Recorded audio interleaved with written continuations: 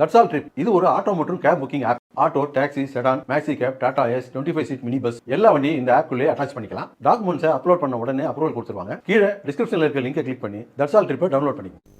தமிழ்நாடு நுகர்பொருள் வாணிப கழக ஓய்வூதியதாரர்கள் கருணை ஓய்வூதியமாக 9,000 வழங்க வேண்டும் என வலியுறுத்தி வருகிற 10ஆம் தேதி சென்னையில் ஆர்ப்பாட்டம் நடத்தப்பட உள்ளதாக தெரிவித்துள்ளனர். அவர்களுடன் நமது செய்தியாளர் சரவணகுமார் நடத்திய கலந்துரையாடலை தற்போது பார்க்கலாம்.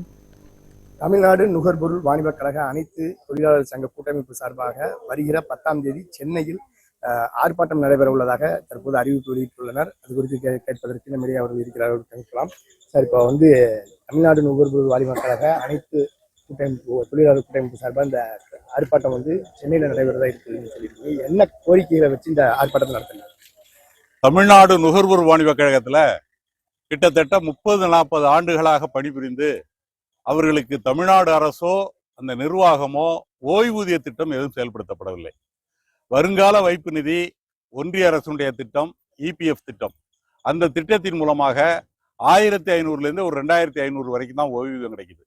இவங்கெல்லாம் வயது முதிர்வு காலத்துல அன்றாட சாப்பிட்றதுக்கும் அதே மாதிரி மருத்துவ செலவுக்கும் ரொம்ப கஷ்டப்பட்டு இருக்காங்க. நாங்களும் பல முறை இந்த கோரிக்கை வச்சிருக்கோம். இப்போ தேர்தல் வரப்போற நேரத்துல நாங்க கூடுதலாக இதுல அழுத்தம் கொடுக்கிற வகையில வர்ற 10ஆம் தேதி சென்னையில கோயம்பேடு தலைமை அலுவலகம் முன்பு ஆயிரக்கணக்கான தொழிலாளர்கள் ஒன்று சேர்ந்து இந்த போராட்டத்தை நடத்த இருக்கிறோம். இதுல என்னன்னு பாத்தீங்கன்னா, வாழ வழி இல்லாமல் அந்த கடைசி காலம் ரொம்ப கொடுமையா போயிட்டு இருக்கு.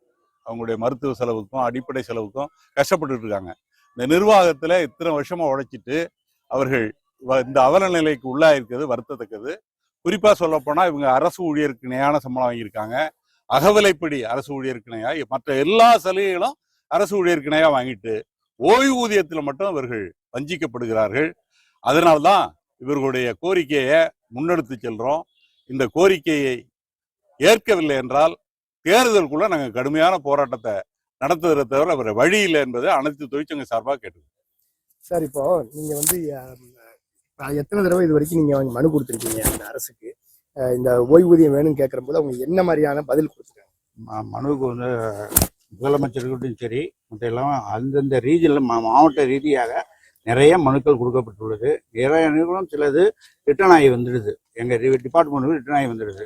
நாங்கள் அரசு நிதி ஒதுக்க வேண்டாம், இதுக்காக எங்கள் கார்பரேஷன் நிதியே எங்களுக்கு இவ்வளவு இருக்கு, அதை வச்சாவே எங்களுக்கு இது பண்ணலாம், ஓய்வூதியம் கொடுக்கலாம்ங்கிறத நாங்கள் தெளிவுபடுத்தியிருக்கோம். அதையும் எடுத்துக்க மாட்டாங்க.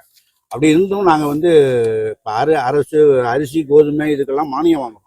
மானியம் வாங்கும்போது அதுக்கு டீட்டெயில்ஸ் கொடுத்துருக்கோம். மானியம் இப்போ 5 ரூபா மானியம் கொடுக்குறாங்கன்னு வச்சிங்களேன். 5 ரூபா ஒரு 30 பைசா ஏற்றினாவே எங்களுக்கு 10 வருஷம் 15 வருஷத்துக்கு இது கொடுக்கலாம். கொடுக்கலாம்.